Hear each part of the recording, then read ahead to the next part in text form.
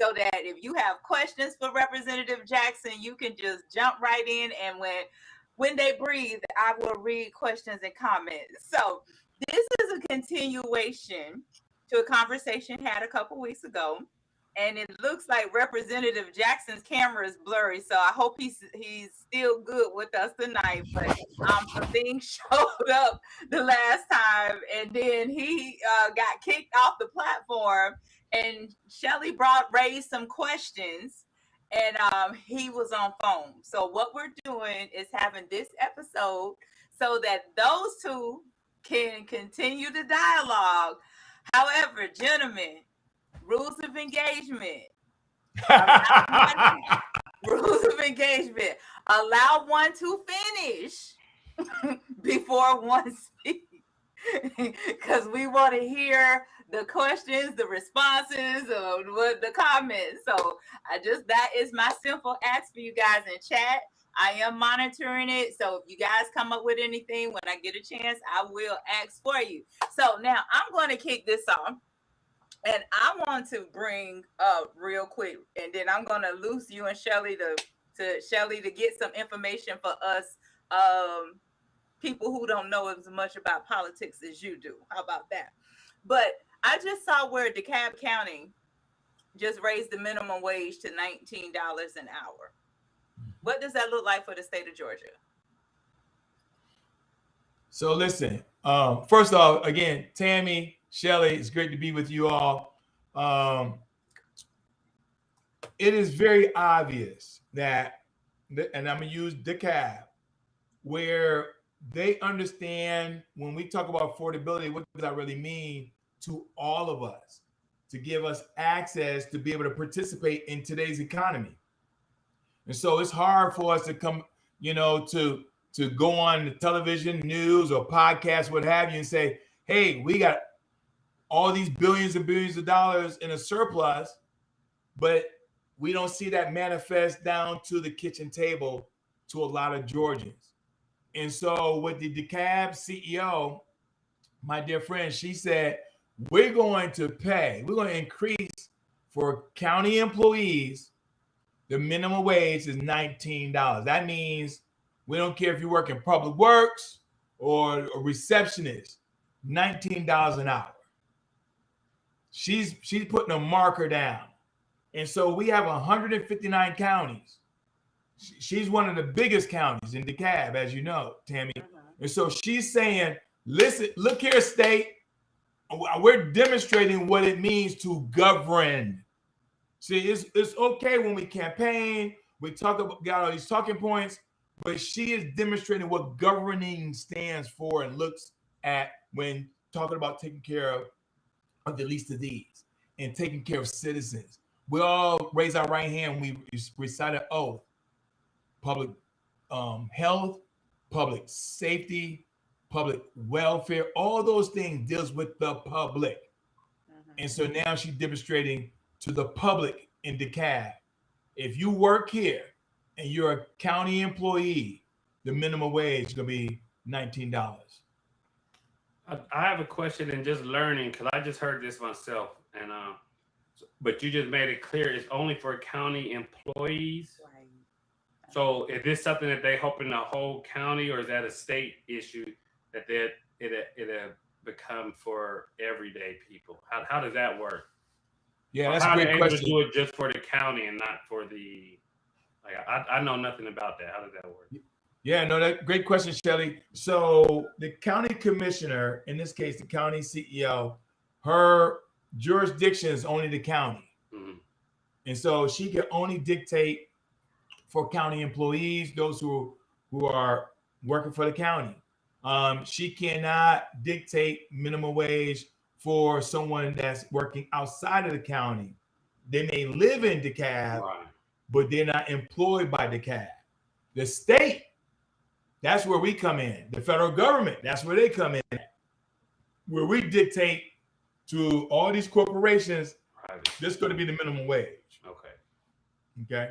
Great question. So it's definitely a win and a stepping stone towards it helping everybody, hopefully. Like it's the catalyst or the example that hopefully everybody catches on to. Oh yeah, absolutely. Because it's saying to us at the state level, Shelley and Tammy, that hey, we're not only we're one of the 159 counties, we're one of the biggest counties in Georgia. And so if we're able to do this, the state should be able to do it, especially when you're sitting on $14.6 billion surplus. And so for 25 years, for your listening audience, Tammy, Georgia's minimum wage for the last 25 years since 2001 is $5.15. And if you work at a restaurant anywhere in Georgia, is $2.13. And if you work in agriculture or a farm, is $4.50. Wow. That's why affordability is on the ballot. People, they're not just talking about gas and eggs, Shelley. They're talking about, can I pay my rent? Mm-hmm. Can I purchase a house? Can I at least take one vacation? Can I send my child off to school with a laptop like everybody else's child? Affordability, if you do not have the money and the resources, and this is for families and single parents, because we keep leaving the single parents behind, Tammy. We got to remember single parents are out there too. 37% of our population in Georgia, Shelley, are renters.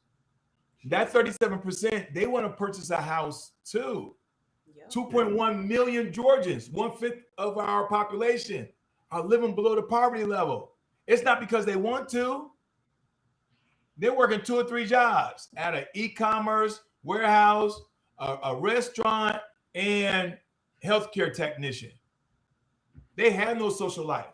So mental health to them is at a premium because they're only getting about 4 hours, 5 hours of sleep a day because they're working 2 or 3 jobs, make sure it ends meet.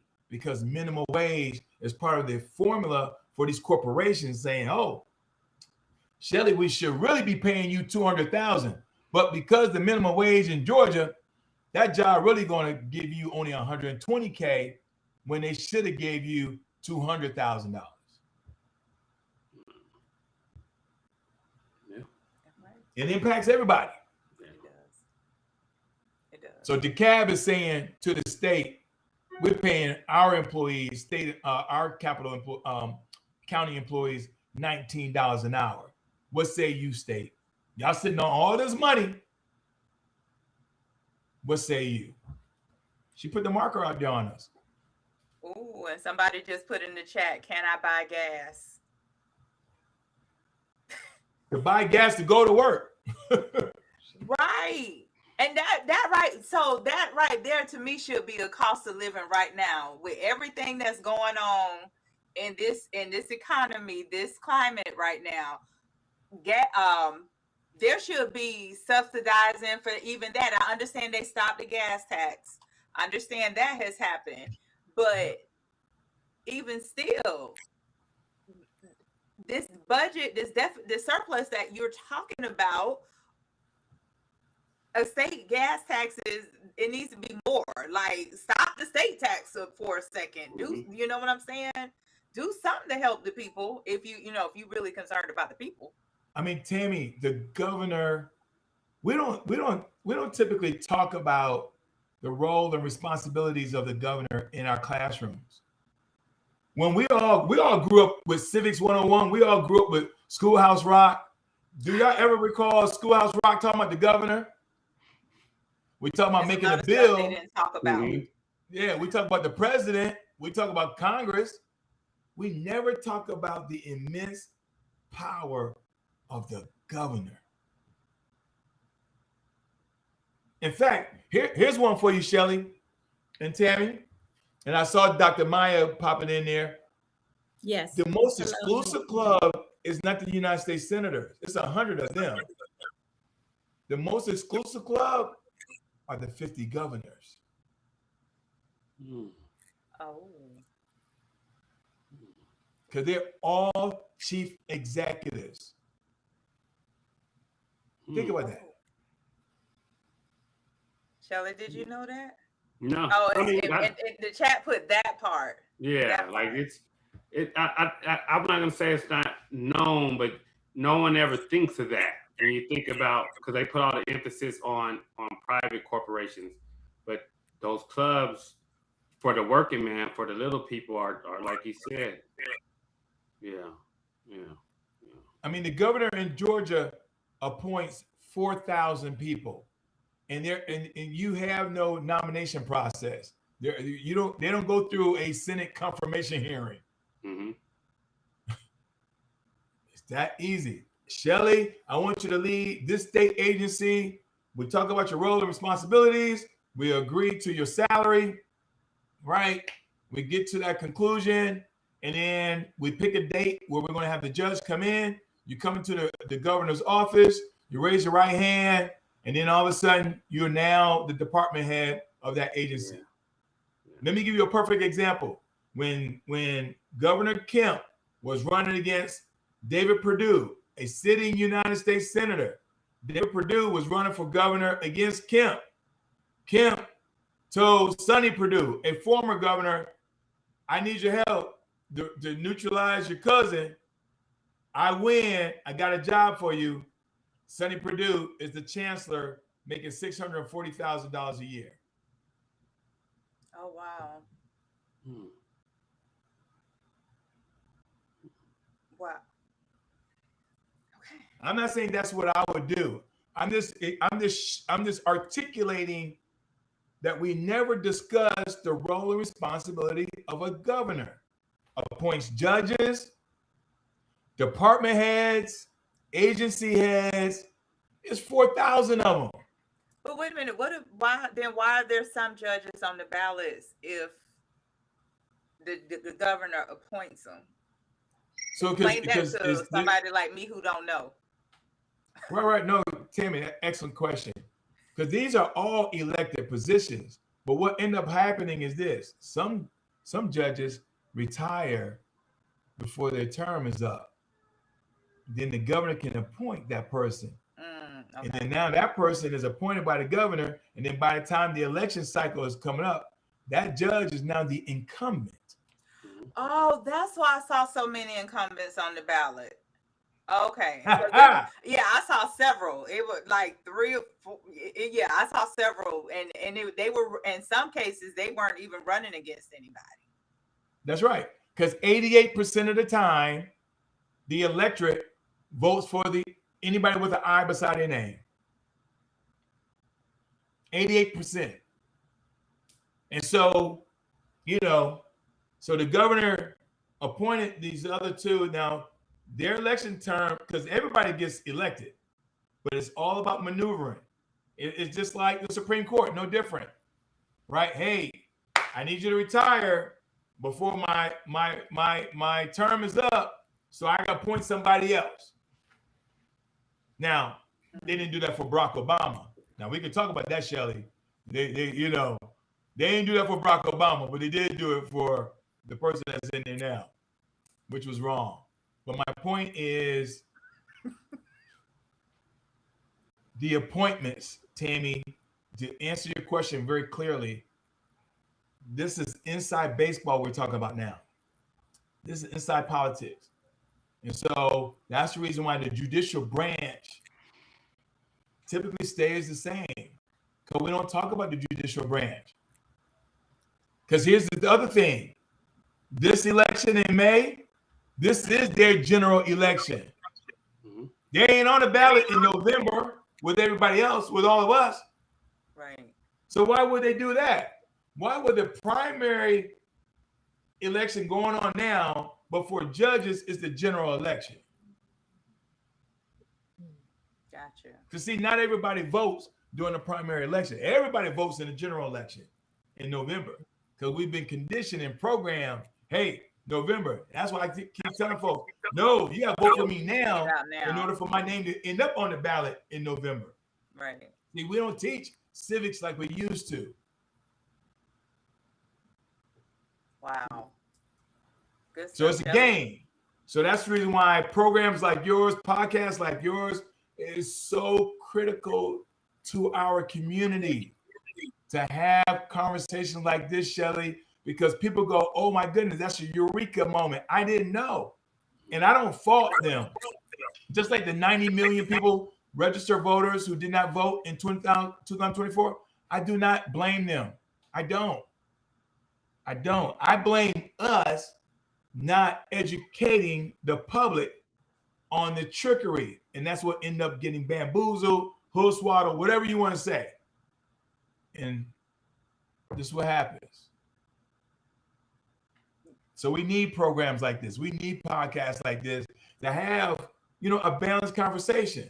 I told Hillary, I said, I look forward to coming back because it's a healthy conversation that we need to have publicly. So that way, now the electorate can make a sound decision. They'll hear my views, they'll hear your views, they'll hear Tammi, they'll hear Dr. Maya's. So now people go, okay, I like what he said, or I like what she said, right? And then they can go on ChatGPT or Google, whatever, and do a little bit more research. But without podcasts like this, Tammi, we end up, people go eeny, meeny, miny, mo. But when they see an I, whatever reason, we've been conditioned, we just, oh man, that person incumbent, click. You don't even look at everybody else, you just see an I. That's the reason why they want to go nonpartisan. See, because we've been conditioned, if they got an R beside their name and I'm a D, I don't want no R's. Or vice versa. If that person is a Republican and they see a D beside my name, nope. I don't care if Derrick spent 22 years in the Navy. I don't care if Derrick did 10 years in corporate America. I don't care about none of his experience. He got D beside his name. Right. Instead of talking about what about my platform, healthcare, affordability, public education, right? Criminal justice reform or restructure, or better yet, our constitutional rights. Because I don't care if you're a Democrat or Republican, black or white. If we don't have rights, you can't do nothing in this country. So tell me why you think, Mr. Jackson, why so many people on both sides, there's no letter to set this with, have such good intentions in running and what they want to do, what they're trying to do. But when they get in office, what stops them from accomplishing those things, those tasks they ran on? Yeah, Shelley, that's brother, thank you.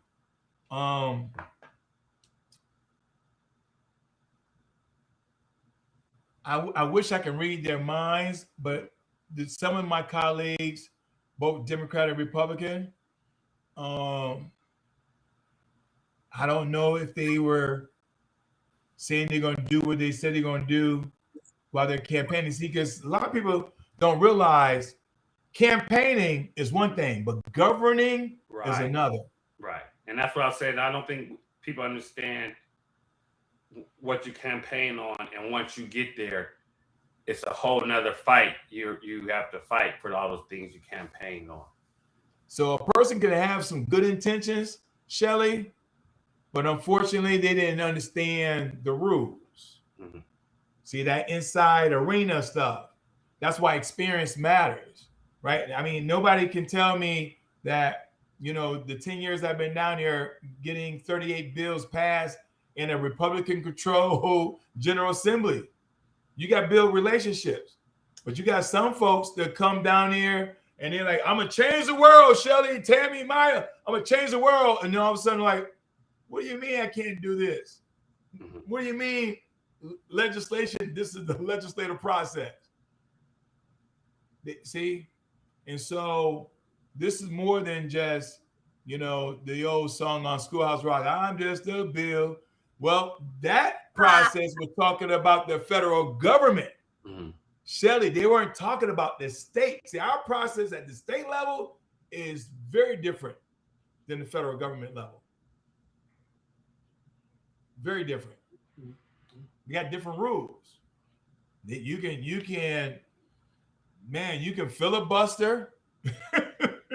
Yeah. I would love to have some of the rules that they got in. I mean, think about how many bills. Here's one for you, Shelley. Think about the number of bills that the federal government passed in the last 2 years. I can count maybe on one hand. Right.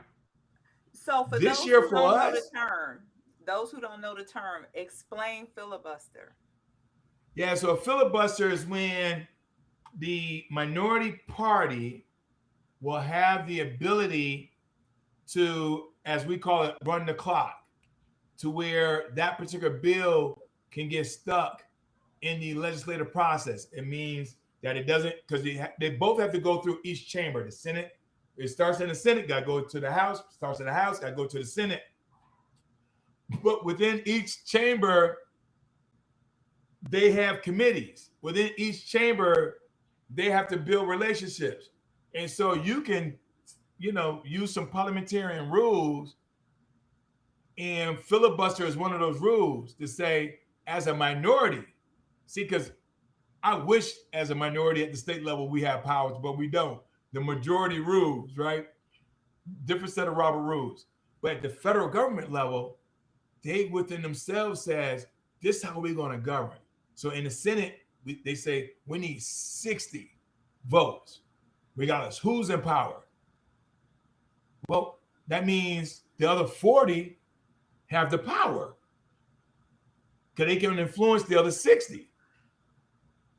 Because right now it's 51-49 in the Senate, something like that. Mm-hmm. So you need to be able to convince and work, across the aisle, as we call it, with the other party to get to that 60.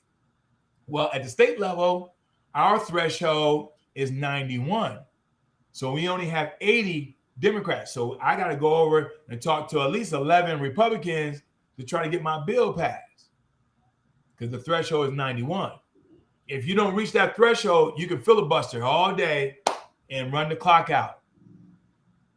But not on the state level. You can't filibuster. Correct. Right. Correct.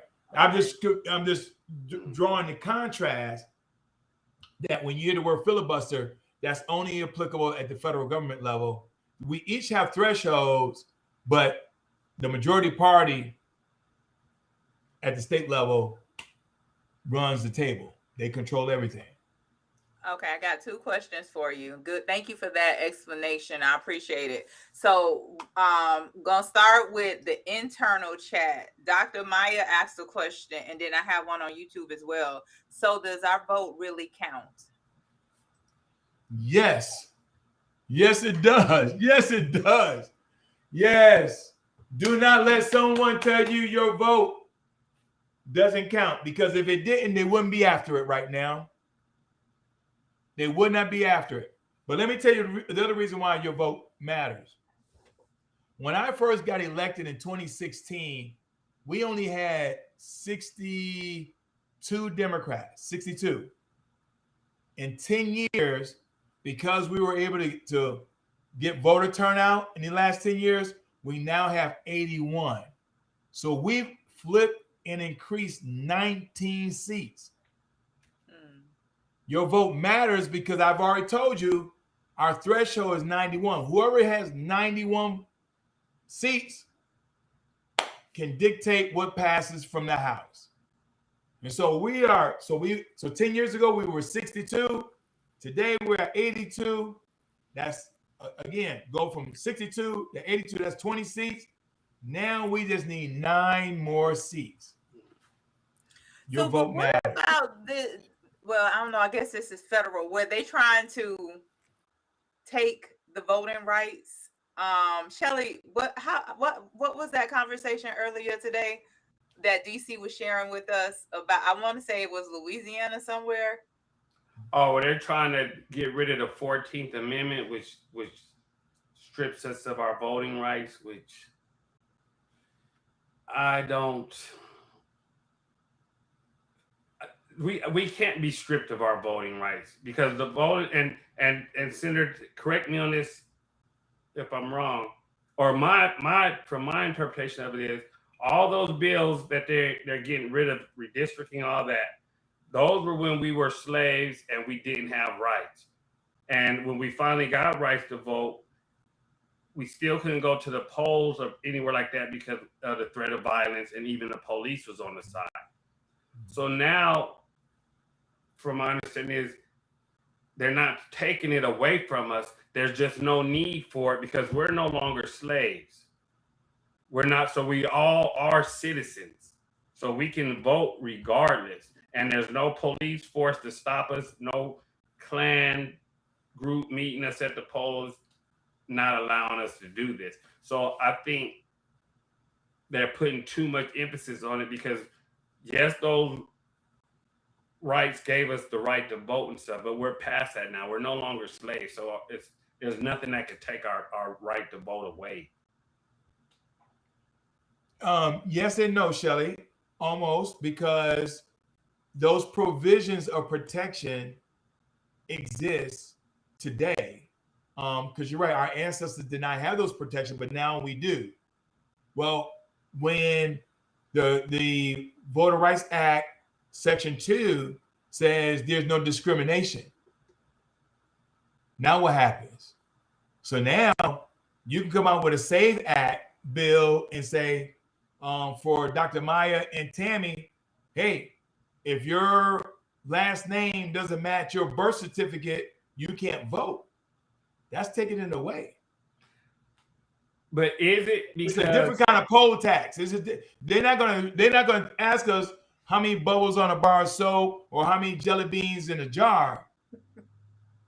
But also, you have to be honest. It's a birth certificate isn't required to vote. Just an ID is required to vote, and we all have an ID for assistance. We have ID for liquor. We have an ID for school. So it's not an issue of who has an ID because we're all able to go get an ID.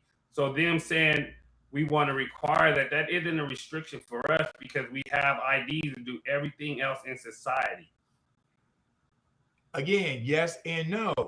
If the SAVE Act tells the majority population, which are women, that they need their birth certificate in addition to their driver license, that's a problem. Because 72% of the women in the United States change their last name to their husband's last name. And you cannot change your birth certificate. Unlike your Social Security card, you can change your Social Security card because the legislation says you can. And so that's the problem. If you remove the protection, Shelley, and then insert something else, then that's where the problem becomes a problem.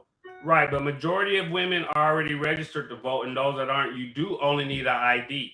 The birth certificate mission came about for immigrants because there were so many illegal immigrants participating in our elections.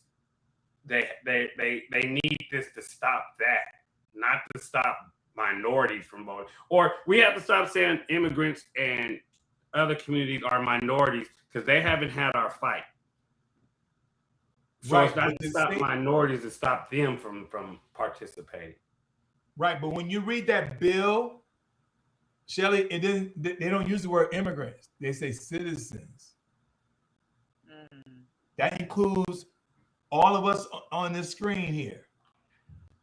Yes, and it also includes majority of welfare, and all those are white people anyway, so that includes them as well. They have the same. They have the white women who are married at a much higher rate have the same problem then, but they're married at a higher rate, so it's going to affect them more than it's going to affect us. Shelley, you're not getting an argument on that angle because they didn't even include white women in the Constitution. Right, so they didn't give white women rights until the 19th Amendment, Shelley. Right, you but think they people care? Today, majority media, they try to use the fear thing to where it's affecting us as Black people. And we're going to be the only ones affected. It's going to stop Blacks from voting. And that's not the case. And I just don't think it's fair they put it out there to scare us. And it's not really our fight. But it is, Shelley. Here's the reason why it is our fight. See, I'm a legislator. So anything that's proposed at the federal level or a state level, and regardless if it passes or not, I pull it up and start reading it. Right? Just like Project 2025 in 2023, when I first learned of Project 2025, I went through them 900 pages. And I'm like, oh, this is a problem, y'all. And they were like, Derrick, and again, this was 3 years ago. Derrick, that ain't gonna happen. We got too many safeguards in place. I'm like, y'all gotta understand. They're putting their plan in print. They're not trying to hide it. I said this 3 years ago, Shelley. I went to the Heritage Foundation website. I started reading who's the author, what's their background, and then when I learned about this Kevin Roberts dude, I'm like, wait a minute. He did his PhD thesis studying Negroes. But the Heritage Foundation supported which party? Republicans. Shelley, are you trying to tell me the Heritage Foundation? Let me pull this up. I'm telling you, it's a committee that was majority Democrat. It's not all Republican. It wasn't a Republican thing. The author of it. And honestly, that wasn't even that wasn't a project for a candidate. That was a Heritage Foundation project for their goals. That wasn't the candidate's goal. That was the foundation's goals. Okay, here, Tammy, Madam Referee, let me just take this time and read it from. Hey, teach me. Hey, you're there, so I'm asking questions to learn. Let me take it from their website, the Heritage Foundation. Quote: The Heritage Foundation is an American right-wing think tank based in Washington, D.C., founded in 1973. It took a leading role in the conservative movement in the 1980s during President Ronald Reagan and created the very first mandate for leadership. It had 3,000 pages. Fast forward, it says from the 3,000 pages, Shelley, here I'm coming to your doorstep, Shelley. Yeah, just teach me. Created Project 2025. I'm gonna show you. Okay. So with that, I'm gonna ride with it for right now. But that, no. Only because give me a second. That is their ideology of this country. That's not for a specific candidate to follow. It never was. That's just what they want. Okay, so you can say the same with the SPLC. You can say the same thing. Okay. Yes or no? They were a large foundation. SCLC. We know who created the SCLC. We talking about the Heritage Foundation who birthed Project 2025. And you said I don't disagree. I just said that's a foundation who raises money. That's not.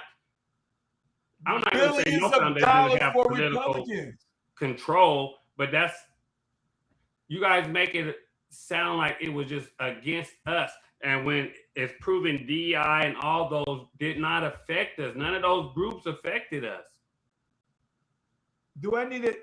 How can I put? I understand the definition that they wrote there. Shelley, you got to put this website up. Their charter is. I understand that, but none of that affected us. It wasn't written for us.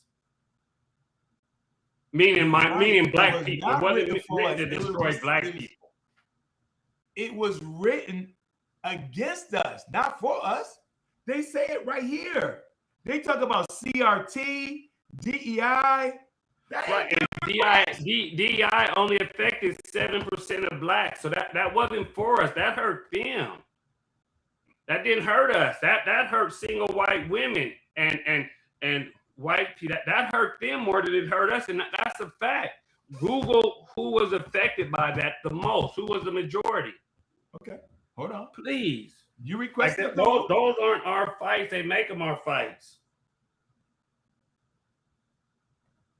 Okay, all right, hold on. Let the referee step in for a second. Let me shift and let y'all come back and let y'all go to your corner for a second.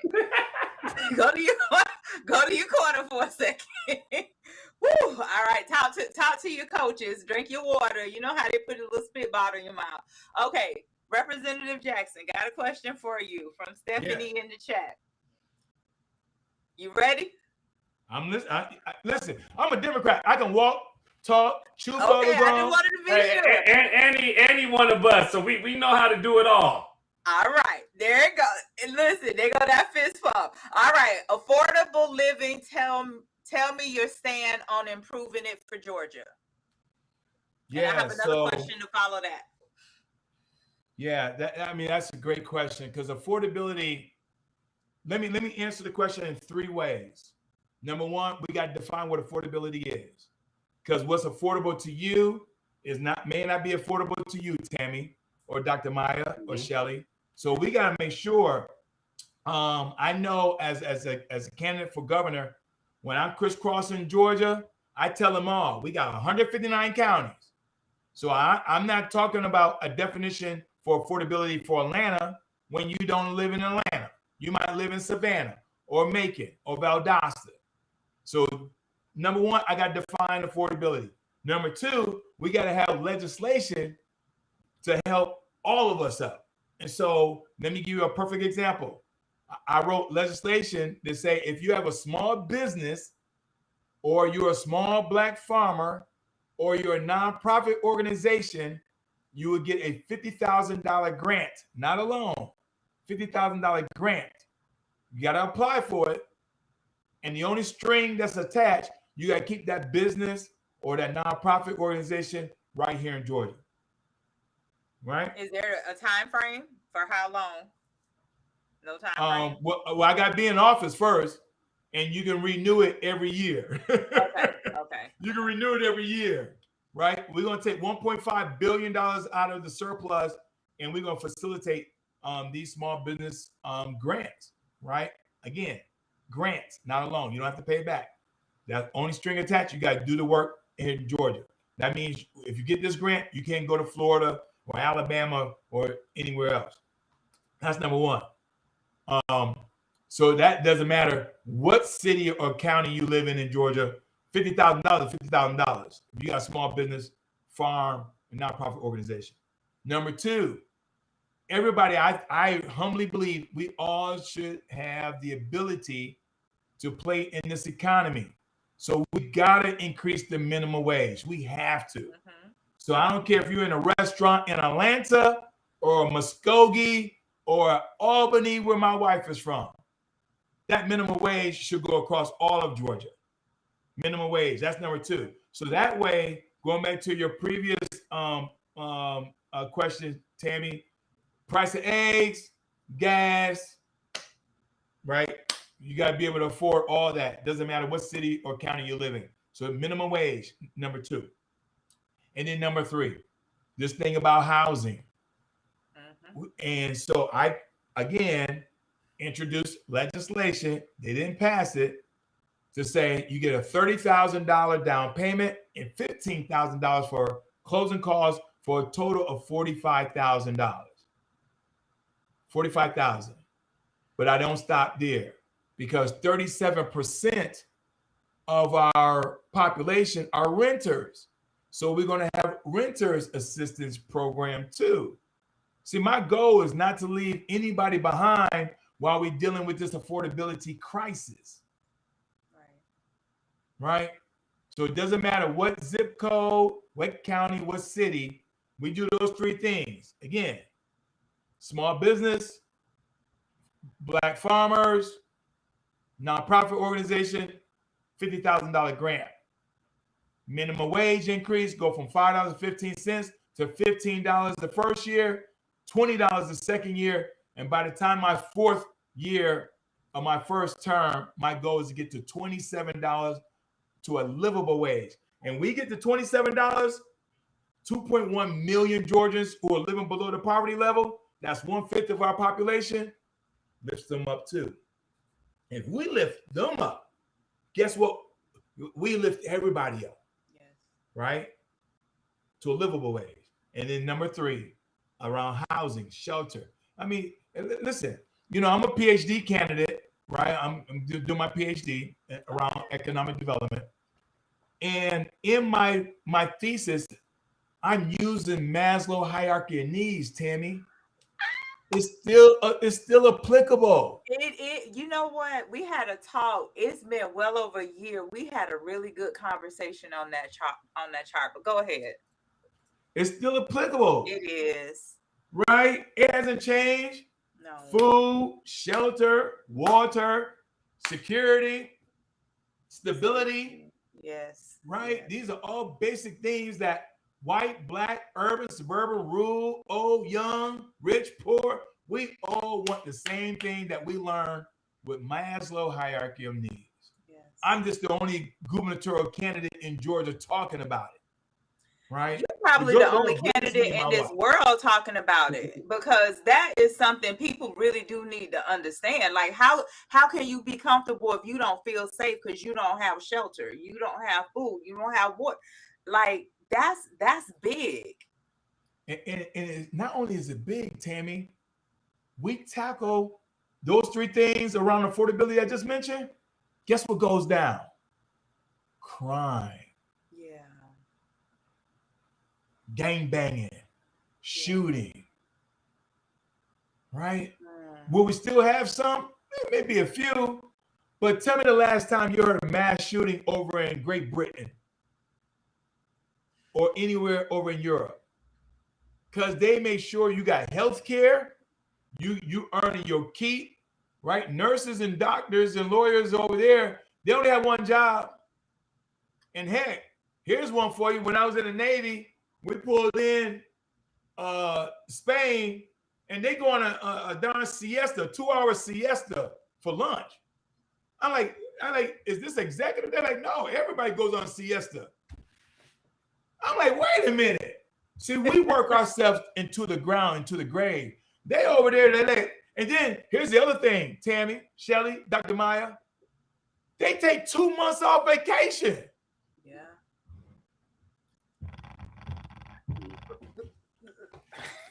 And they say America is the greatest country. Right?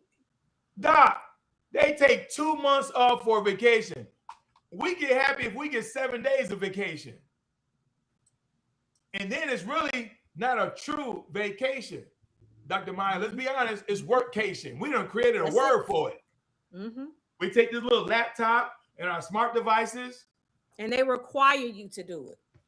We need to be able to get in contact with you. Mm-hmm. Mm-hmm. And so I'm also proposing for Georgia. Now, if you live in another state, you may have to move to Georgia. But I'm proposing a 4-day work week. Woo! With the I can't say who I voted for. State agencies. See, keep in mind who runs the state agency is the governor. Mm-hmm. Yeah. Mm-hmm. I can get more productivity out of all the employees if I tell them, listen, you got a 3-day weekend every weekend. Shit. Mm-hmm. Man, and let me tell you the truth.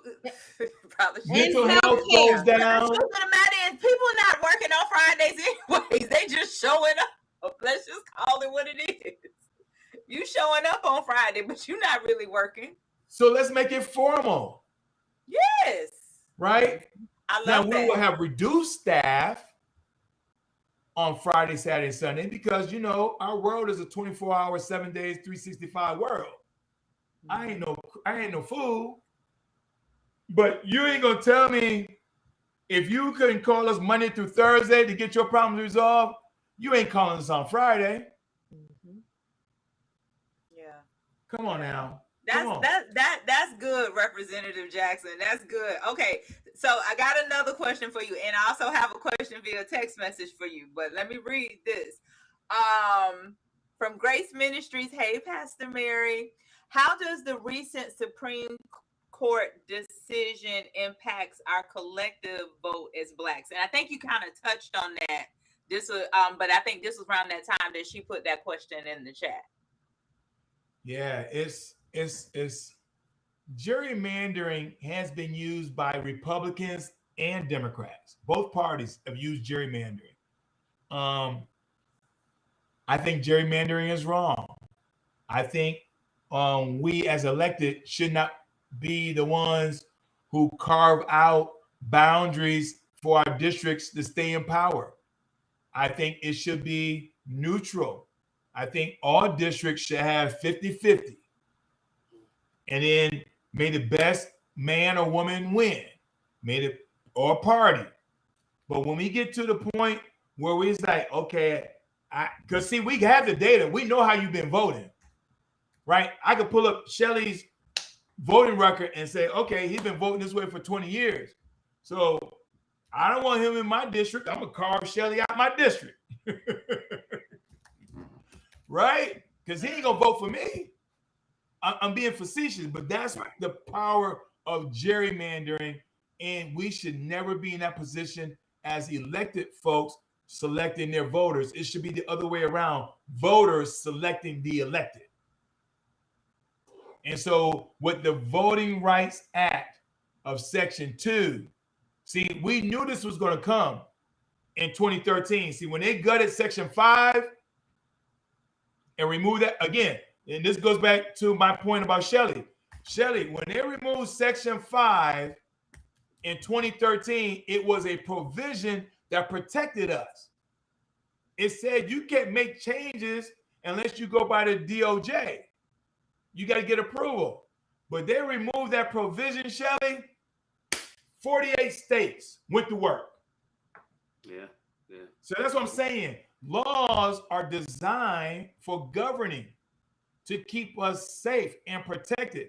That includes our rights. So they did that in 2013. They ain't like Barack Obama. They thought that was going to defeat them. And guess what? They didn't.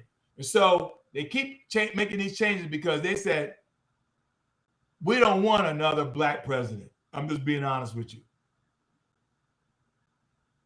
We don't want another black president. So we knew in 2013 that they were going to come back and get Section 2. And Section 2 has a lot to do with gerrymandering, has a lot to do to define discrimination, has a lot to do, we talked about the protection of gender. The largest voting bloc in the United States. Y'all ready? Women. Don't tell nobody. Black women and white women. The largest voting bloc. We like to sort of decipher, 18 to 34-year-olds, 35 to 50, 65 and above, black and white. But if you look at the real numbers, Dr. Maya and Tammi, God has a sense of humor. He put more women, not just in the United States, he put more women on the planet. Wow. I don't care where you go. Whatever zip code, there are more women. They're always going to have the majority population. And when it's time to vote, that's the largest voting bloc. Wow, and I can go so spiritual with that, but this was texted me, so I really want to get to this question before we move to the next one. Why does the establishment not want you to win? People are actively removing your signs around the state. Listen, I'm fighting my Democratic establishment because listen, I don't talk the same talking points as the Democratic establishment. I'm talking about helping people. I'm talking about empowering the people. That's not part of the vernacular for the Democratic Party. Let's be honest. They're not talking about $50,000 grants. They're not talking about child care. They're not talking about making sure that the 62% of our third graders don't end up in prison. See, because 62% of our third graders are not at reading level. 70% of our fourth graders are not at reading level. They know the data. Republicans and Democrats know this data. Let's be honest. Yeah, that's why they do the No Child Left Behind and push the children along, even though they don't need to be pushed along. I'm not a status quo candidate. I'm not an establishment candidate. The Democratic Party, they're saying, here's the reason why, Tammi, and to the excellent question that was asked. See, because I'm truly living out what Fannie Lou Hamer and Shirley Chisholm said. I'm unbought and unbossed. They can't control me. That's what I'm talking about. They can't control me. The good Lord blessed me and my family, right? There's no price that they can bring before my eyes, because I'm not willing to sell my soul. And so when you look at my campaign finance record, I don't have PACs. I don't have none of that. I got hard-earned dollars coming from hard-earned citizens supporting our campaign. I'm not speaking like status quo. I'm going to be the governor for the people, of the people, every day. And that's the reason why the establishment don't want me on the stage with their candidates of choice. That's the reason why the establishment keep creating these false narratives around manufactured polls. I mean, they're still doing polling. I'm like, y'all do know we're in the middle of the election cycle. So why y'all talking about the 400 people in these polls when we got hundreds of thousands already voting? Here's the second reason why they don't want me to win.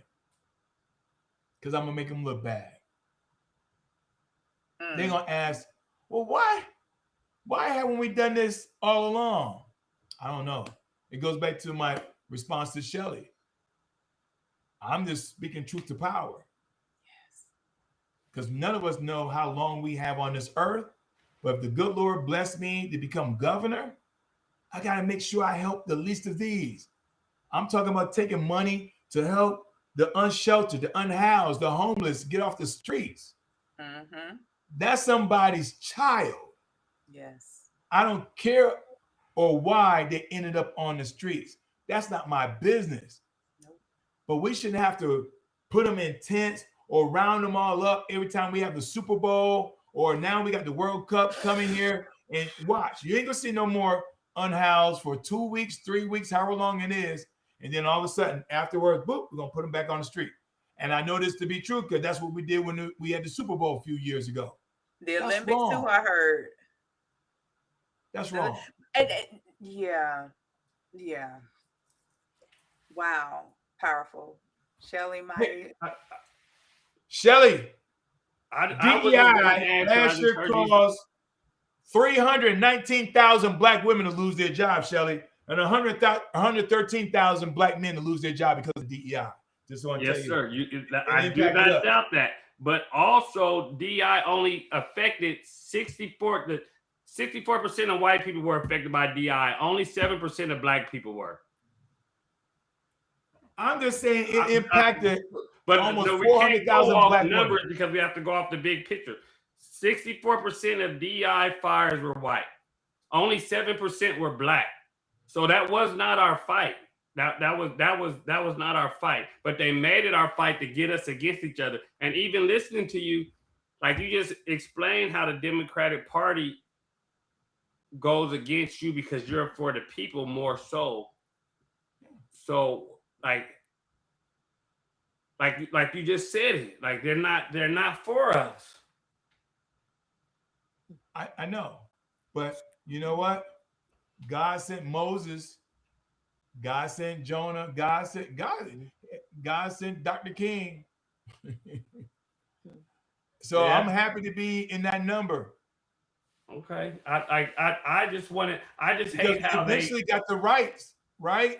Right. I mean, I got Colin Powell. I mean, he wasn't a member of my party, but I respected this man.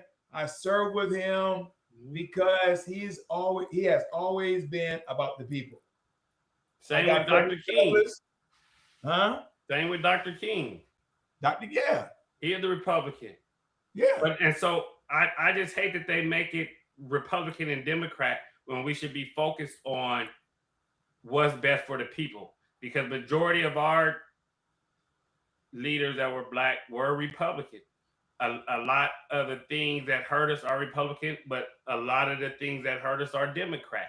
It's not a party fight. It's a people fight. But you got to be honest though, they're not the same Republicans. Ronald Reagan would not survive with MAGA. Abraham Lincoln would not survive with MAGA. I mean, if they evolved to the times, they would. And like we have to quit saying MAGA because it's not. MAGA was just the name of a movement to make for the country. Like even when he spoke and he said, we as politicians have to be here for the people, all the Republicans stood up and was grateful for that. It was the Democrats that refused to stand up and where'd Tam go? Are we still? Oh, it was the Democrats that refused to stand up and support something for the people. I'm just saying what the leader of the Republican Party how he branded the Republican Party. But how? I just want to know how he branded it, because if you're going off what the news said, the news only shows clips of what was said, when the entirety of everything he said was the people in general. We as a people need to do this, that, and the third. No, sir. During the State of the Union, and I did stomach the State of the Union. Lord, I stomached it. I didn't, so I'm learning again.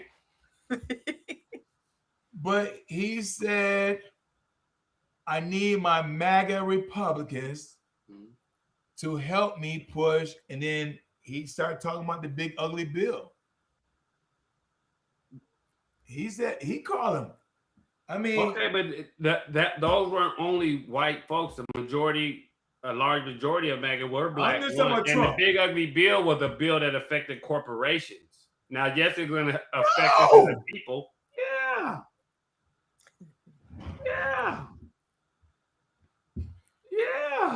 What?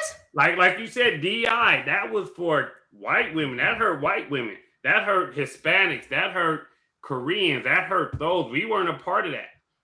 That had nothing to do with it. Even when he wanted to stop schools, the schools no longer had God in school. None of that. Those things are the things we complained about the most. Every parent of us complained the school system ain't doing nothing for their kids. So we got someone to fund them and stop them and encourage homeschooling, and we turn it around. I'm just saying, Shelley. And even the bill with home buying, he put a limit on corporations buying homes, because Georgia is now number 2 or 1 in the cost of rent because corporations are buying it.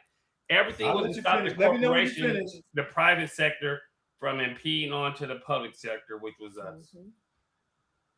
But we took it personally because we do feel the pinch.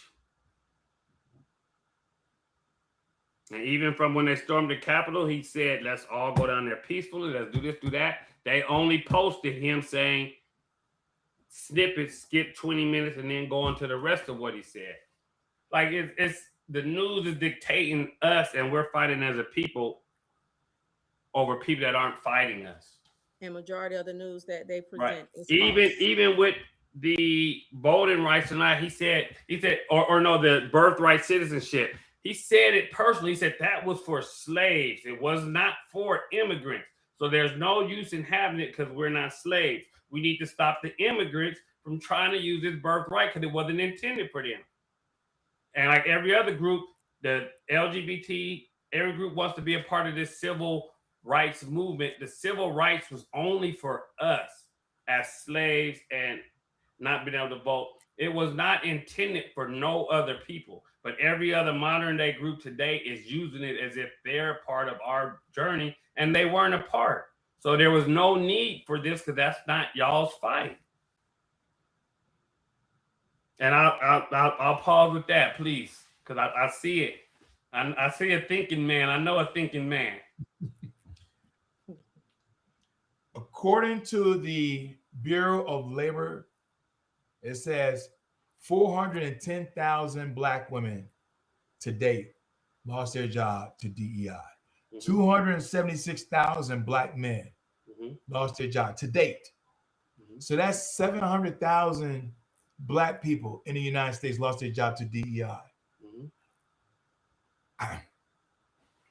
I don't care if it impacted 10 million white people, but if you're one of the 700,000, that's a problem for me. I agree. But to lose your job for no reason at all, which is the reason why I introduced right here in Georgia the strongest pro-labor bill ever in the history of this country since 1776.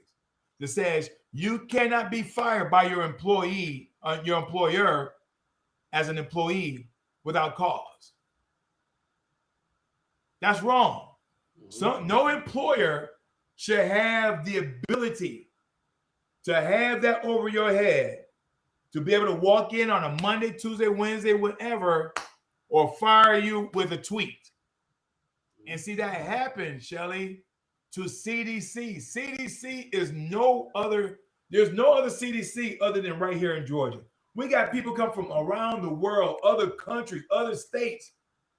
When they got a problem, they come to CDC. But so why in the world that this individual in the Oval Office and Robert Kennedy fired hundreds of thousands of doctors and researchers? Now we got mumps and measles. We got kids who are dying of mumps and measles. We fought that fight 60 years ago and won. Listen. So it has nothing to do.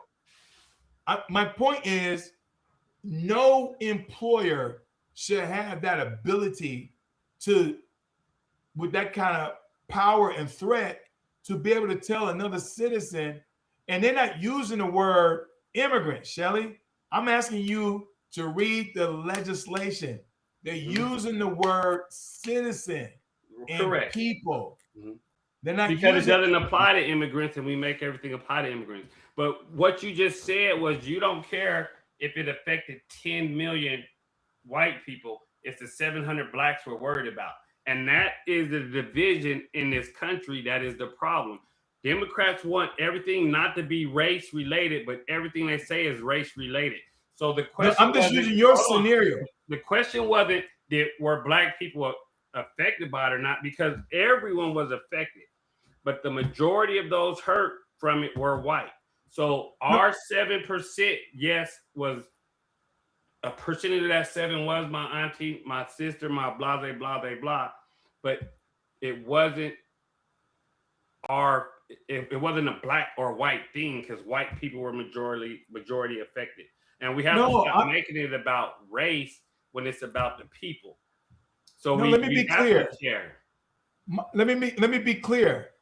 The 10 million white people should not be fired neither. I'm being absolutely clear. Right. But I'm talking about the 700,000 black men and women. They don't have the same access as the 10 million Caucasians that were fired. Okay. See, because they can get rehired. It's real easy. Hey, Jim, I got Susie over here. Okay, send Susie right over, and she gets hired. It doesn't work out the same way for Denise and Shaniqua. Agreed. Because so that our people won't do it. Right. So that means we as a people have to stop depending on them to feed us. Just like in the wild, it says, do not feed the animals because they'll get dependent on it. We as the people have to farm our own corporations. Our buying power is humongous. Our black ownership is not nowhere near compared to theirs, but we have to help ourselves before we ask for anyone to help us. Shelley, I'm not disagreeing with you, brother. We have $1.8 trillion spending power for black people. 1.8 trillion. So just think, if we split that with us, we would be the uppers. But we're not. Right. But the problem, Shelley, is that we'll create Black Wall Street like we did over 100 years ago in Tulsa, Oklahoma, and somebody gonna come in and burn it down and kill us. 100 years ago, they could do that because we didn't have guns. You got to think 49% of our police force is black. So we're no longer in that time frame to worry about that. Our military is a huge number of blacks. So the police, they're gonna send black and white if it's something happens. We're not 100 years ago where we had no guns, we had no police, we had no servicemen, we had none of that 100 years ago. We have that now, so that's not a threat for us anymore. The threat is they cut us off funding, and instead of us coming together, we don't fund ourselves because we're so reliable. That's not true. Shelley, we watched them kill a white man in the streets. ICE killed a white man. And the DOJ dismissed them all. Okay, but that's not a race thing. They killed a white man. They killed a black man. I'm not making it about race. If they kill a white man, what you think they're gonna do to you and I? Well, this is what I'm gonna tell you. Especially here in Georgia, we got just as many guns. So what are they gonna do? you're going to end up like Rashad Brooks or George Floyd. That's because we as a people don't stick together and protect ourselves. That's why they don't kill other nationalities, because they know the people aren't going to have that. It's going to be problems. When it's us getting killed, we sit there and watch. No one does nothing. And then when it's over, we want to march and tear up our own stuff. Shelley, well, majority of us are killing each other before anybody else anyway. Yeah, police only kill 17 Black people a year. It's not a large number. It's an unfortunate number because I don't want to be one of that 17, but it's not the number they make it seem. So now we're running around here scared to get stopped by the police. It's only 17 Black people a year unarmed get killed by police. It's not, that's too many. It's still too many. But it's not, I moved here because I love it. When the police get behind me, I'll be like, okay, we cool. In Colorado, the police get behind us, and I'm like, it's not the same. It's not. That's not what happened to Jimmy Atchison. That's not what happened to Rashad. I agree. I agree. Elevate it to the macro level. Let's elevate it to the macro level. The Black Panthers is on the FBI watch list, but the KKK is not. Yeah.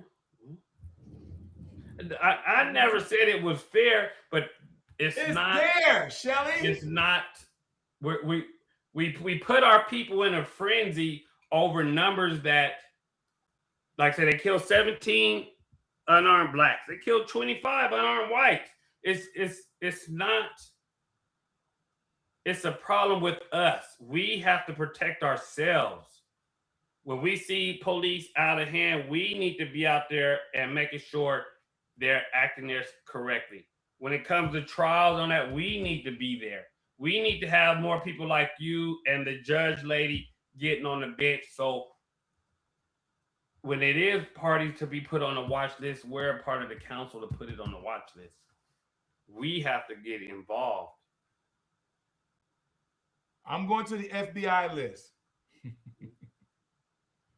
because I love data. FBI, according to the FBI,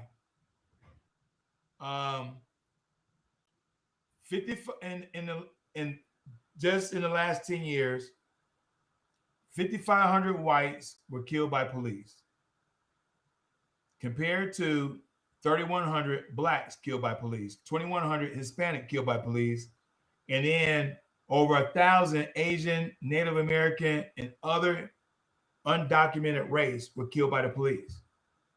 So more people of color have been killed by the police. It says, Shelley, 98% is really 99, but I'm rounding. But 98.7% of these cases were all dismissed. Okay, but the question is, once again, I don't refute the data. The question is, are they unarmed? Are they doing nothing? Or are they on drugs? Were they in the middle of a crime? What is the factor that's causing this? Breonna Taylor was in her own bed at 1 a.m. Sleeping in her own bed. They broke into her apartment, which happened to be the wrong apartment, and killed her. She was a nurse. I'm not refuting that, but I'm saying we make it out to where it's just us in masses that this is happening to. And I'm just using data. I'm just using data. Okay. But the data says that if the young man in Charleston, South Carolina, Dylan Roof, if he was Black, he would be dead right now. But Dylan Roof killed 9 people in church after praying with him for an hour, and they took Dylan Roof to Burger King to get a hamburger before they booked him. And it doesn't say that after he took them 9 people from church, the church still prayed for him. Like we don't see the problem is us not sticking together for us. or us protecting No, us? that we're forgiving people, Shelley. That ain't got nothing to do. I don't want to do apples and oranges.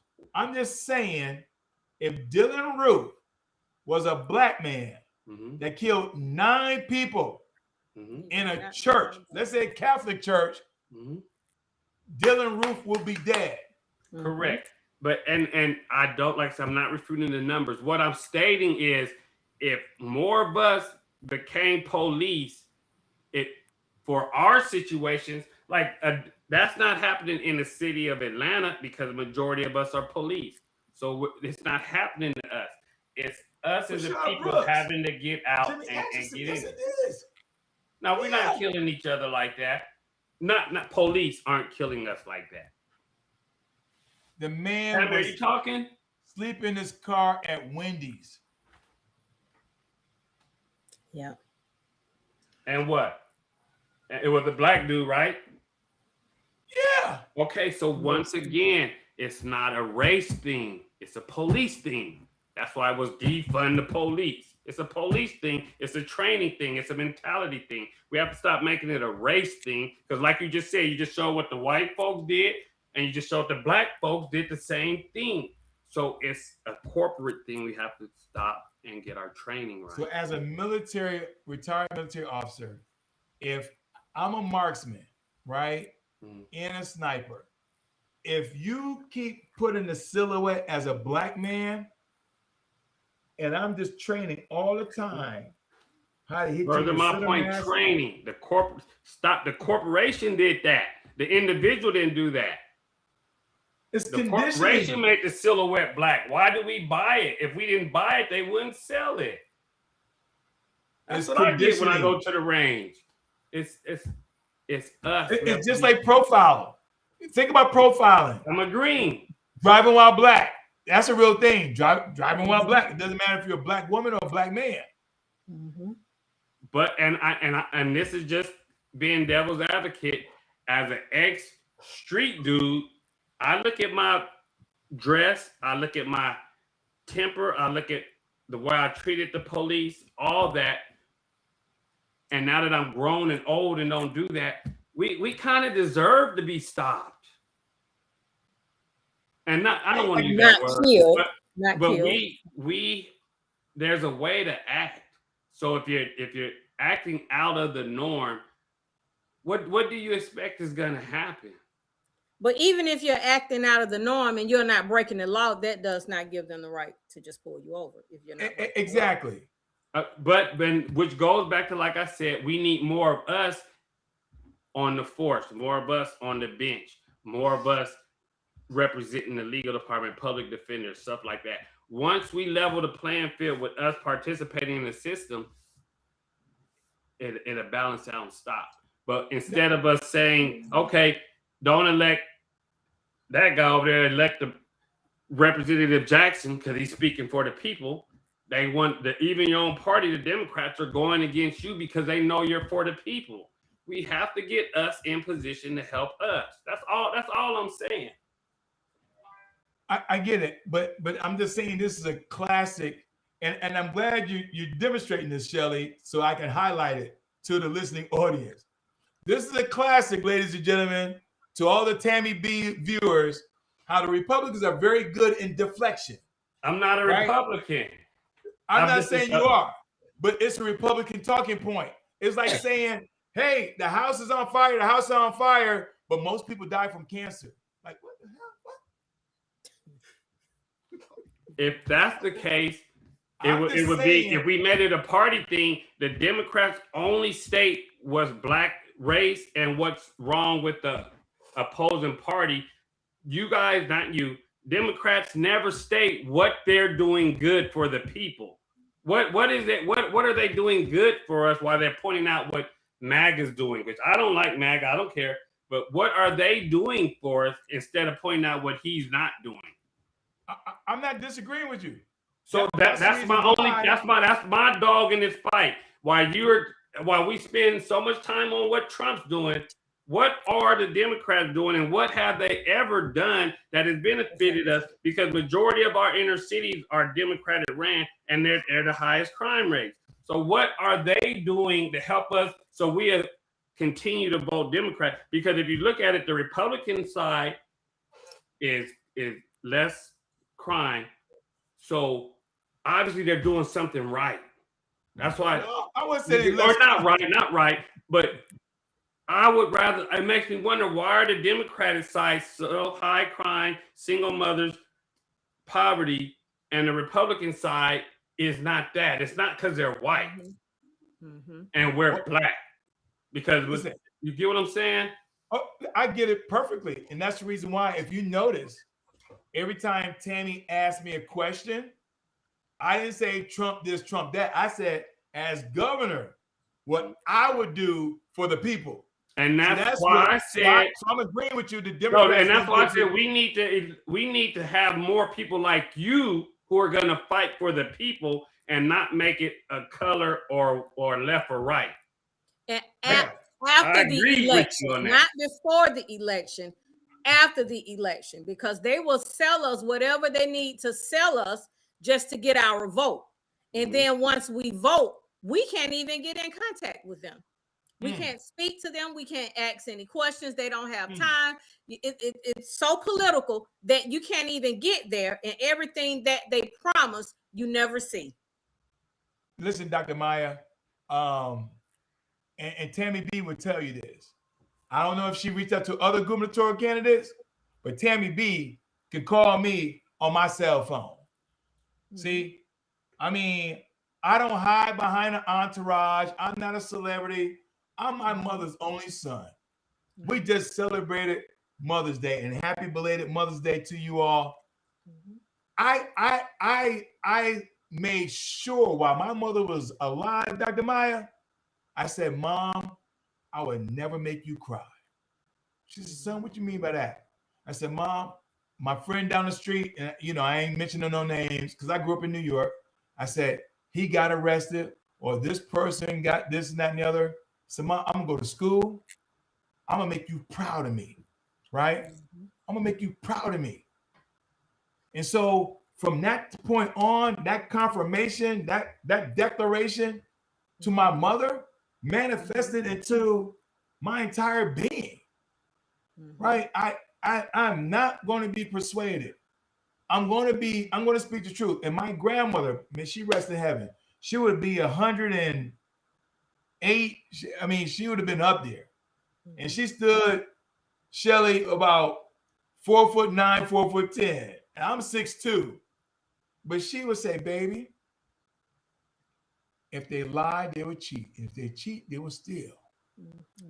So everything I'm saying on podcasts, I don't shy away from it, because I want you to be able to come back and say, Derrick, you say you're gonna raise the minimum wage. I sure did. And I'm gonna use the bully pulpit. I'm gonna use the veto pen if they don't pass my legislation. See, that's the beautiful thing about hiring someone like me for governor. See, because I got legislation, Shelley, ready. They ain't pass it. So guess what you think? Guess what my playbook going to be? Think what my project 2027 going to be. Bring up all my legislation, y'all. All my legislation that y'all didn't pass, bring it up. Well, we ain't gonna pass it, but then I'm gonna veto everything. Right. And so nobody, Dr. Maya, ain't gonna get nothing. If you can't pass my bills, and here's the beautiful thing, Dr. Maya. My bills ain't going to just help us. It's going to help them too. They have children that's working in the restaurant. They have children that's dealing with affordability crisis. They have children that want to move out of their parents' home into an apartment or to a house. Right? So that's why when the media try to paint me, Dr. Maya and Shelley and Tammy, they're like, oh, he's talking about reparation. I said, I never used the word reparation. You did. I said, I use the word grants. I use the word helping our teachers only have one job. Why are our teachers starting salary $43,000? That's incredulous to me. Which further proves, like you stated, it's the Democratic Party painting you as evil. That's all I was saying. That's their job. Their job is not to tell us what they're going to do for us. It's to show us how bad everyone that's for the people are. You are for the people, which we don't have that. So you are a blessing to us. But as far as forcing people to pick a side, that's what keeps us away from focusing on people like you who are here for the people, because we're so worried about what side is going to do what instead of saying what this individual is going to do. And so when you're here talking about what you will do as an individual, they drown it out with, well, what about this side? What about that side? And that's not the point. The point is the person.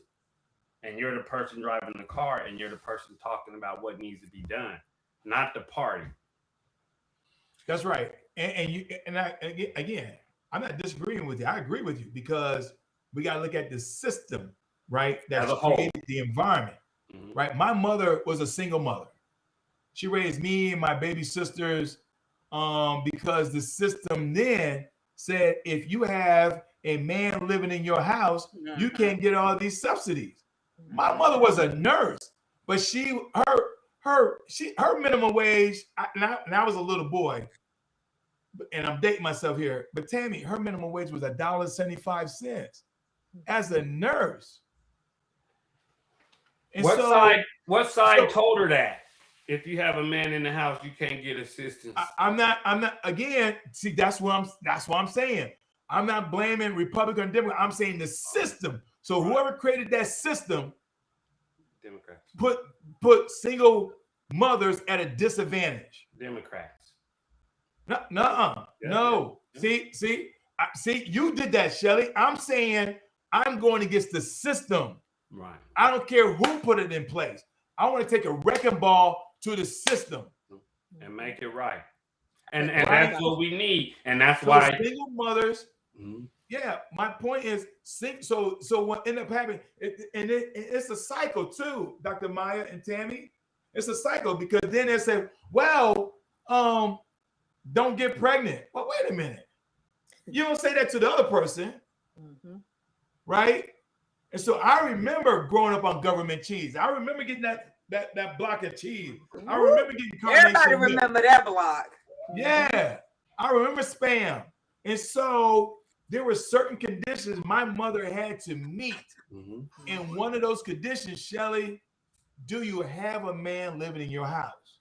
Why is that a question when my mother, a nurse, is saying, I have 4 children.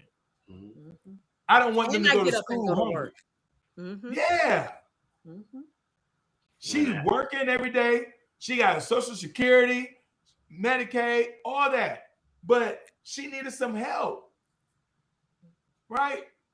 Why my mother and my dad couldn't get along ain't my problem. But when I needed a grilled cheese sandwich and I get that Spam, cut that thing in half, and that's Tammy, that's some hard ass cheese. Man, it did not melt. That cheese did not melt. And when you talk about Spam, I realized later in life the only way I would eat it was fried hard. And now I know why. And that's why we cannot hire a governor in Georgia who's just doing lip service and talking points. And they've been bought. A lot of candidates have been bought, and I keep calling them out. That's the other reason why, Shelley, when I'm on a stage with them, I call them out. And the institution and the establishment hates the fact I call them out. Exactly. And that's majority of why that's what we need. We need people like you. Okay, yes. So time is getting away from us. This conversation is really good, which I knew it would be.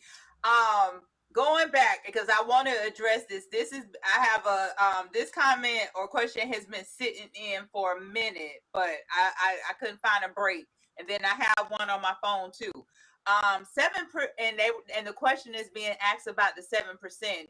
7% isn't worth fighting for. And then they put the angry face. Our 7% matters, and we should fight for that 7%.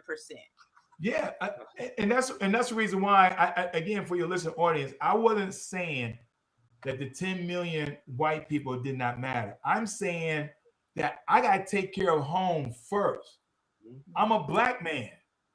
and the 400,000 black women and the 275,000 black men losing their jobs for no reason at all, we only represent 15% of the population. 15%. And I'm stretching it a little bit. So to say 7% of 15%, that's a lot. It's a whole lot. Right. Okay. And to piggyback on that, we're saying the same thing. I'm saying the 7% is very important, but let's not make it about race. Let's focus on helping the people who need the help, which he's doing. And all I'm saying, Shelley, that the Republican Party made DEI about race. Because last time I checked, diversity, equity, and inclusion, it doesn't spell black. Just like CRT, critical race theory, they made it black, but it says CRT, and they didn't even know what CRT stood for. They're like, oh, CRT. It's like saying the welfare queen or Willie Horton.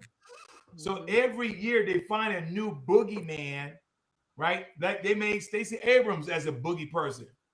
And all I'm saying is they're clever in identifying black men and black women in some way, somehow, as the boogeyman. And all I'm saying is the system is wrong when they do that, because they don't do the same thing for someone else. Like one of the questions right now, is Georgia ready for a black governor? Well, you ain't say that for a white governor, and it's been a white governor from the beginning. So I'm not just saying is Georgia ready for a black woman or black man. I'm just saying, why say black at all? Right. Can we talk about qualifications and merit? See, and I'm talking about the system now. Right. See, because if it's qualifications and merit, then the choice should be obvious. Nobody else with my resume, Democrat or Republican, nobody can say, okay, is he patriotic? Check. He did 22 years in the Navy. Okay, got the patriotic. Is he qualified? Does he understand economics? Check. He worked at one of the biggest companies in the United States, GE. Okay. Does he know anything about legislation? Can he write a bill? Check. He's the only one with 10 years as a legislator. Wow. Well, then you know what? This is a good time for me to ask this question. Let me get this out. What policies have you fought for that directly address the systematic barriers Black Georgians face? Yeah, so there are many, but I know we're short on time. But let me just talk about two in particular. Okay. We have to change the way we look at healthcare. Unfortunately, in Georgia, too many Black women are dying. We receive the F- for women's health because of Black maternal health is at the freaking bottom when we are compared to the other 49 states. And it has nothing to do with socioeconomics. Serena Williams almost died. Beyonce almost died. And they got more than enough money than anybody. It's how the healthcare system looks at a Black woman. And that's wrong. We got to stop this because that Black woman simply just trying to bring a life into this world. She's going through a birthing process just like any other woman that's going through the birthing process. But why is it that 34 times likely a Black woman is going to die? That's somebody's daughter. That's somebody's wife. That's somebody's mother. And 3 years ago, 169 women died in Georgia. If that was a plane crash, Tammy, we would stop everything and investigate and figure out why in the world this plane crashed and killed 169 people. But what did we do when 169 women died? We just kept on going, Shelley. Yeah. In that same year, according to CDC, within the first 12 months of living, 772 children died. So I think on that note, it goes back to what I said. Oh, please finish, because it was. The second one, Tammy, is the criminal justice system. Why is it that 75% of those who are incarcerated look like me and Shelley? Especially when you just talked about a little while ago. We only represent, again, 15% of the population. So how is it that 15% of the population represents 75% of those who are incarcerated? Well, why is it that owning a prison is a business? Why are they treating us like we're cattle? And so we're going to lock them up just so that they can make these 6-7 figures a year. And if they don't get enough to house the people and they check go down, they asking what's the problem? And then they go out into our community and pull us over for no reason, just because we're driving white black, walking white black. Which is why I said in the beginning, instead of making it a black or white thing, we need more of us on the bench, on the force, in the legal department to stop this, because it's not for us. Yeah, because it's not. It's a black and white thing to the judges, because the judges and the prison owners are white, and that's what we've always been. It is a commodity to them. So we need to stop that. And the same thing with the mortality rate with birthing. We have to need more black doctors and medullas and everything else, because if we just tell the truth about it, we're dying higher because we as a people are more valuable. Our melanin is $700 a gram. They know our power. So that's why they take us like that, because our organs are worth more, et cetera, et cetera, et cetera. So we, once again, need more of us in those positions of power, which is going to take people like Mr. Jackson, who's going to help the people fight for the people to get us in positions to be the protector and the guardian of us. And you keep saying us. It has to be a us that can't be bought. Thank you. Because I was about to say, just putting us in office is not Clarence Thomas been bought. Because I'm not going to say that because it doesn't sound pleasing to the average ear. Because of my job status, I don't really want to say that. No, say what you mean. Stop letting people dictate to you how you express yourself when you're speaking the truth. The truth is the truth, no matter who it hurts. So why should you be ashamed or afraid to say what you really want to mean because of a social bracket, because of whatever panel you're sitting on, however you represent a particular party?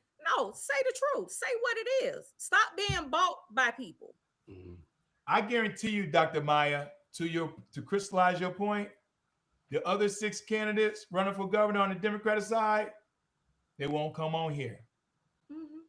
I'm just being honest with you, because they are afraid. In order for them to come on here, they got to know who is Shelley, who's Dr. Maya, who's Tammy B.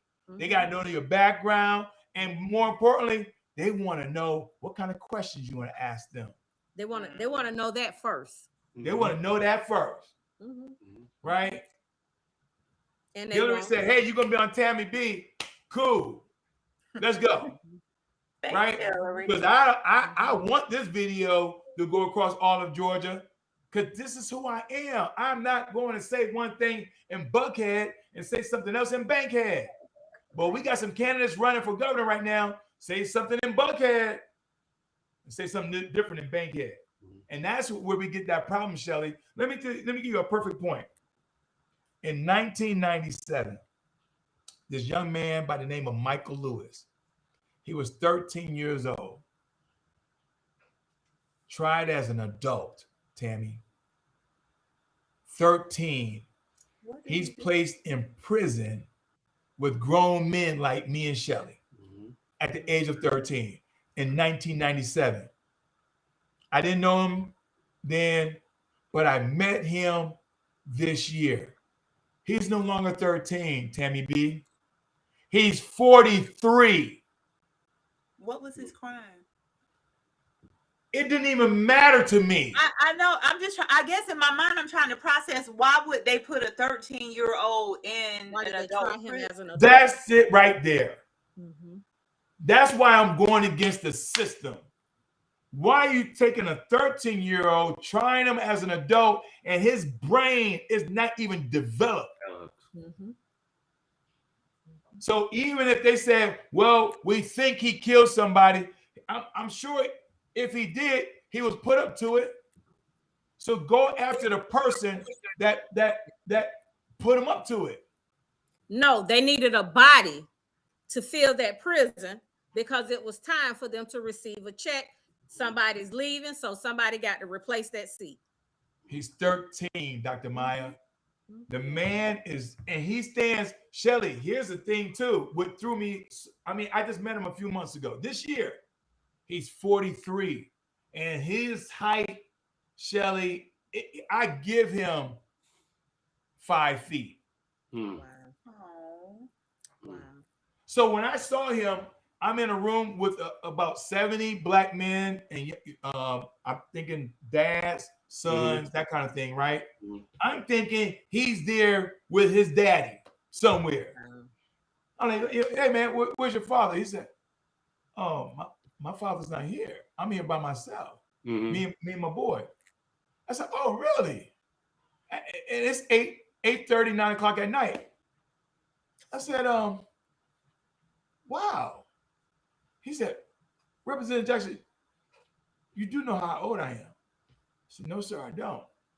He said, I'm 43. I said, And he started telling me his story. He said, because I was listening to you as you were talking about not justice reform, but justice restructuring, and your approach is different. I wish I had that approach when they arrested me. I said, well, when did they arrest you? 5 years ago, 7 years ago? He said, no, I was 13 in 1997. He said, my case is well known. Look it up. Like I did Shelley, Tammy B. I stopped what I was doing, took my phone and Googled. I'm like, Dr. Maya, I'm like, oh my Lord, they tried you as an adult. And he's like, yes, sir. Put me in a real prison with other grown men at the age of 13. I can only imagine what happened to him. Right. That's what I'm sitting here thinking. Wow.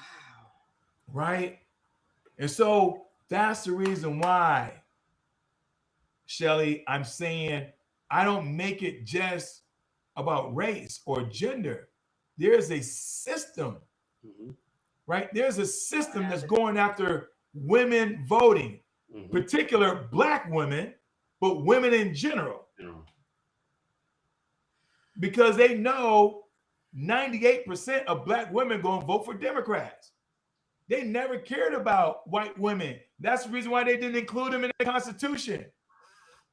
Keep in mind, again, as I tell, my white friends, I'm like, y'all really didn't care about white women because y'all ain't give them rights until the 19th Amendment. 19th Amendment. Y'all gave Black men the right before y'all gave white women. Well, you know what? That's that patriarchal system that we talk about. But it's a system, though, Tammy. It's a system. You're right. It's a system. It's a system. It's a system. Wow. You know what? I'm gonna give you time to breathe. I didn't realize you had another call after this, so he even having a town hall after this. So I'm gonna give you a break in between because I know you jumped off one call onto this one. So. This woof. But this is important to me, Tammy. This is so important. I mean, that's the reason why my campaign manager, Hillary, she does a phenomenal job because she understands my passion. She knows where my heart is. And, when I kiss my wife at night and I get myself go to bed, I got to leave it out all on the field. Right. And that's what I've been doing the last 10 months, and so I appreciate platforms like yours. It gives us collectively, right, all four of us, an opportunity to have a conversation. And I just wish something like this was on CNN or MSNBC because it goes back to Shelley's point. Every station manufacture, I call it everybody's script. All right, Dr. Maya, you're going to say this. Tammy B, you're going to say this. Shelley, you're going to say this. And then after an hour, they go and sip some wine or something. Like, no, We got Black women dying right now. We got young Black men and young ladies being incarcerated. We got immigrants who living in the shadow. They ain't fight from Ecuador or Ghana or Honduras to get over here to commit a crime. 90% of mass shootings done in the United States are done by a white man. But you would think someone like me and Shelley are committing a crime. Yes, there's Black on Black crime, but guess what? There's white on white crime too. But they only want to talk about Black on Black crime up in Chicago or Atlanta or Miami or New York or San Francisco. But what about Iowa? There's crime going on in Iowa, and guess what? It's 96% white. Yeah. And so that's the reason why I don't make it about race or gender. I'm blaming it on the system. If the system's going to create this mess, Shelley, we're going to have to change the system to get us out of this mess. I agree. We all should live a long life. They shouldn't just place more value on us because we have melanin in our skin. I want to grow old too, but I want to see all four of us grow old.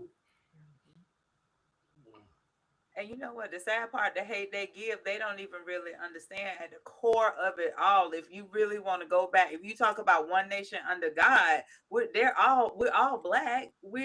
That's the truth that they don't want to receive. But the core of who they are Black. But you know, this system, that's what has to be dismantled at this time. Representative Jackson, this was powerful. This was amazing. I thank you for allowing us to be part of your journey. And I definitely will be meeting you in person next Tuesday at your watch party. I shared it with the team, so hopefully they'll be able to bring Shelley and bring Dr. Maya. Yeah, we gotta, you know. I know Shelley still eats some catfish and grits. Come on, man. Come on. Yeah, we will be there. And to your point on having not scripted, so the next unscripted candidates before the May 19th election, this Wednesday, I have Richard Wright running for lieutenant governor coming on, and I have Angelia Presley, who's running for public service commission, coming on. So we're gonna give them an opportunity to share with the viewers what it is that, you know, they, you know, that would help with that, their parts of the system as well. So, but thank you so much. So let me go ahead, because I know you got to go. Dr. Maya, any final words? And we'll save it for when this was an impromptu. So I'm not gonna do all the super closing, but what you got? So what I have for Representative Jackson, I want to say thank you for answering the hard questions. When we last met, I felt personally that you was the typical politician, that you did not answer a question, you gave a scenario. I didn't like that. When I asked a question, I want it answered for what you believe, not what is politically right to say. So I didn't get that from you the last time. But today, you did just that. And I really, really appreciate that, because we want to know the truth, whether it's right or wrong politically. We want to know your truth and how you really feel. And I appreciate you being that person today. So thank you. Yes. Shelley? Yeah, I was working through them technical difficulties too, Dr. Maya. No excuse. I'm like, I want to get back on. I had an answer. So yeah, but you're right. I mean, this is who I am all the time, and I appreciate Tammy B bringing me back. And we didn't have no gremlins this time, but yeah, Dr. Maya. I mean, this is how my mother raised me, right? I mean, my grandmother said, Derrick, and my mother, but they said, Derrick, you don't have to memorize the truth. That's it. You got to memorize a lie, though. That's it. That's the reason why you got to memorize a lie, because I got to be like, okay, I told Maya this. I told Shelley I got to remember what I said. You got to remember, right? But when you're telling the truth, you don't got to memorize it. It's gonna come out. It's gonna flow every time. Absolutely. Right. Period. Right. Good stuff. Shells, what you got? Just, as far as me, anything in real estate, get at me. But I would just want to say for Mr. Jackson, I appreciate you coming on. And last time compared to this time, I seen it in you, and we just didn't have a platform because we had a lot going on. But today, what I wanted to bring out in you, it came out, and that is you are for the people. And that's all I wanted them to know. That's it. It's not a party thing, it's a people thing. And not a black or white thing, it's a people thing. We're all necessary for the society to perform and benefit all people. And you definitely displayed that. And I appreciate you. And travel light. And I'm grateful for you. So thank you. Yeah, no, listen. No, hey, we don't group hug, me and him, Love it. This is good stuff. And that's why, Shelley, and a couple points that you just certainly highlighted.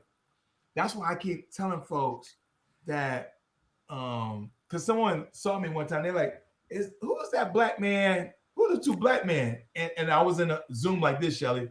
I said, oh, that's Colin Powell. They're like, I thought you were a Democrat. I said, wait a minute, hold on, time out. I can't recognize Colin Powell because he's a Republican. I'm a Democrat. I learned so much from this giant. So much. Colin Powell could have been the first black president, y'all. Of course, Jesse Jackson, laid it out for him. Really, if I go really back, Shirley Chisholm laid it out for all of them.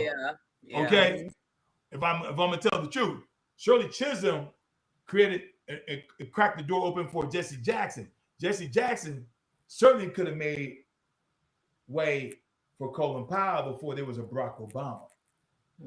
I learned a lot from this man. But I got Colin Powell over here and Barack Obama over here.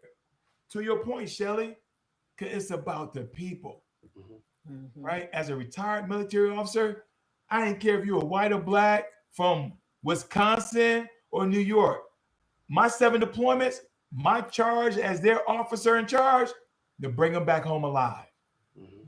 4 combat missions, 2 special operations, and 1 humanitarian. Yeah, man. Yeah. I didn't lose. Thank God. I never lost an officer or a sailor on my watch. Wow. That was important to me, Tammy, bringing everybody under my charge back home alive. Thank you. So that's point number 1, Shelley, to your point. And then number 2, brother, at the end, we all going to fellowship together, work together. And how this thing happens, I keep telling folks, we're not 6 degrees separated, Dr. Maya. We're 1 degree separated. I guarantee you all know somebody that says, you know what, I haven't voted yet. And I'm going to call Dr. Maya, or I'm going to call Shelley, or I'm going to call Tammy B. Hey, listen, y'all, they got 7 people running for governor. Who y'all think I should vote for? That's it. Right? Because this is not about what can I put on commercials or send you in the mail. This is about relationships. Absolutely. And look, and I'm sitting here smiling. I'm like, I'm so proud. I'm glad I voted for you. You made me proud. You made me proud. This is about relationships, Tammy. It's about relationships. Absolutely. And if we do this right, Tammy, Dr. Maya, Shelley, lifts all boats. That's it. And our ancestors taught us how to do it. We just have to do it. Yeah. That's it. Because it wasn't about party for them. They were with Abraham Lincoln, and then they made a shift. They went for John F. Kennedy 88 years later. It was, how can our people survive in this system? Facts. and not be lynched, and not be murdered, and not be raped. Yes. And people see us as a commodity. So I love you all. I love you. I love you. I love you. I look forward to seeing you all next Tuesday. Yes. We're gonna do a group hug. And Dr. Maya, we'll do a group hug then, Tammy. Oh, gotcha. All right. We're gonna break bread because we're all in this thing together. Absolutely. Yes. Sir, thank you so much. I appreciate you. Hillary, thank you again for putting us in contact with this amazing man. Just so grateful for it, and thank you for the congratulations on the candidates that I have Wednesday. So especially to my Georgia residents, come back on Wednesday if you want to hear from the lieutenant governor candidate and the public service commission candidate, and if you want to hear more from Representative Jackson, go to his Instagram. Give your Instagram, sir, and I think it will have the information about your town hall and just look. Derrick Jackson. That's it. I branded my name like you branded yours, Tammy B. Yes. And look, Rep, I'm going to be reaching out to you to support our men's conference. I have a men's only mental health conference coming up in August. Need your support to get sponsorship and men in the house, because we doing some healing work on the men. All right. But I'll be in your DM with that. So listen, everybody, I thank you guys for joining us on a Monday. I much love and gratitude to you all. Representative Jackson, Shelley, Dr. Maya, I appreciate you all to the most highest. Thank you so much. Listen, enjoy the rest of y'all night. Everyone be blessed. And Representative Jackson, make sure you hit end all and leave so we can break these clips down the right time. So let me do this. I'm going to stop it, but don't